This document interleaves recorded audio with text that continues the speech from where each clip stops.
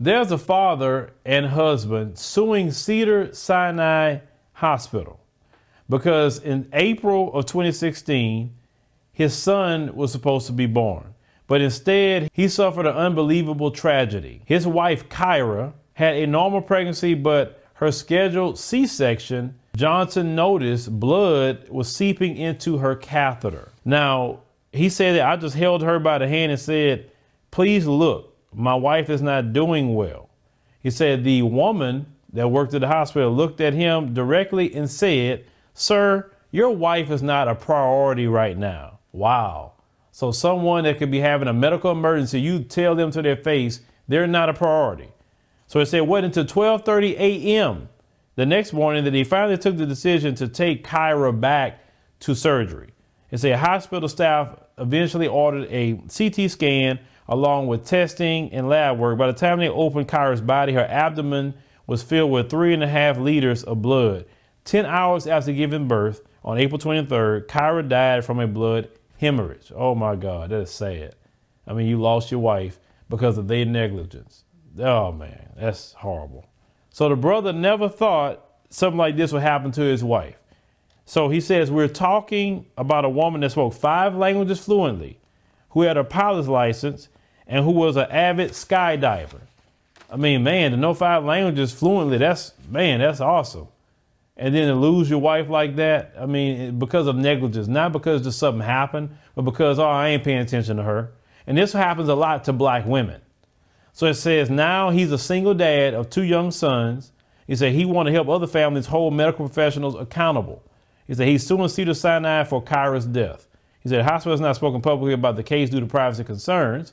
He said Cedars-Sinai, they say, thoroughly investigates any situation with concerns with patient medical care. Well, you can investigate all you want, but your employee dismissed him instead of checking his wife. Now, he said Johnson also found 4 Kyra, 4 moms, an organization dedicated to protecting moms and their babies from birth complications. He said he started doing the research himself and realized that, he said, we're in the midst of a maternal mortality crisis that isn't just shameful for American standards, it's shameful on a global scale. So he says the numbers definitely back up his assessment. So data from the National Center for Health Statistics determined the national maternal mortality rate is 17.4 deaths per 100,000 live births. They say the Center for Disease Control and Prevention estimates 700 women die giving birth every year in the United States. Now they say the United States has the worst mortality rates among all developed countries. Now they're supposed to be saying they're the best at everything, but they have some of the worst mortality rates.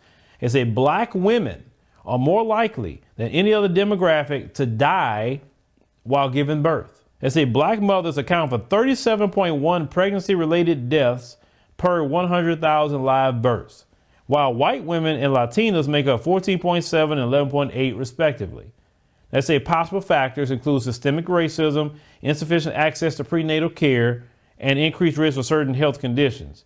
They say the issue spans across education and income levels. It's a 2016 study from the Brookings Institute determined black women with a master's degree or higher are 3 to 4 times likely to perish than white women with an 8th grade education. So medical racism plays into the mortality rates for black women. We covered a whole story on this channel speaking about medical racism, seeing how black people are underdiagnosed, they're under-medicated, they say that they can deal with higher pain tolerance than white people. This is what happens. So when you don't honor your patients, when you have implicit bias towards your patients, these things can happen. This is why it's very important, black men and women, to find you a black doctor. Find one. Because let's say if they had the doctor, a black doctor for sure, they could have called a doctor immediately themselves and said, listen, something going on, they're ignoring me. I guarantee you they'd have called the doctor, call the hospital fussing and cussing about my patient is calling me because they're having complications and you're not doing anything. I mean, the doctors will go off on them at the hospital, and they don't want those problems with the doctors like that. That's why it's very, very important due to medical racism, especially black women dealing with childbirth. find you a black doctor, preferably a black woman. You know, I'm old school. I think women in that area should go to women doctors. That's just me. I'm old school. But find you a sister that can be your OBGYN, because she will take care of you. You know, my daughter had, you know, a child, you know, she had a doctor right here, a sister. Everything went well, you know, with this sister. She took very good care of her. But with medical racism and all the studies that go along with that, it is for our life's sake that we find good black doctors to take care of our health care. I mean, that's what you're going to deal with in America, unfortunately. This is why I can't stand the way the system is. No one should have to be looking for a doctor based on the skin color to be treated like a human being. But studies show about medical racism and how we're treated. I'm very, you know, sad to hear what happened with this brother. He lost his wife because of negligence, because they ignored him at the hospital. Well, leave me a comment. Let me know what you think about the situation with this family. But, you know, please, brothers and sisters, if something is wrong in the hospital, you go get somebody. The first person you know, you go say, where's the charge nurse? Where's the supervisor? I know something's wrong. Have your doctor's phone number, especially in that situation. Say, hey, doc, can I call you in case something happens? Because sometimes they can ignore you. And also research the hospitals you go into as well. Because the great thing about today, you can read reviews and people can say, yeah, this hospital is good. Oh, man, this hospital sucks. Please read and go to a hospital that people highly recommend.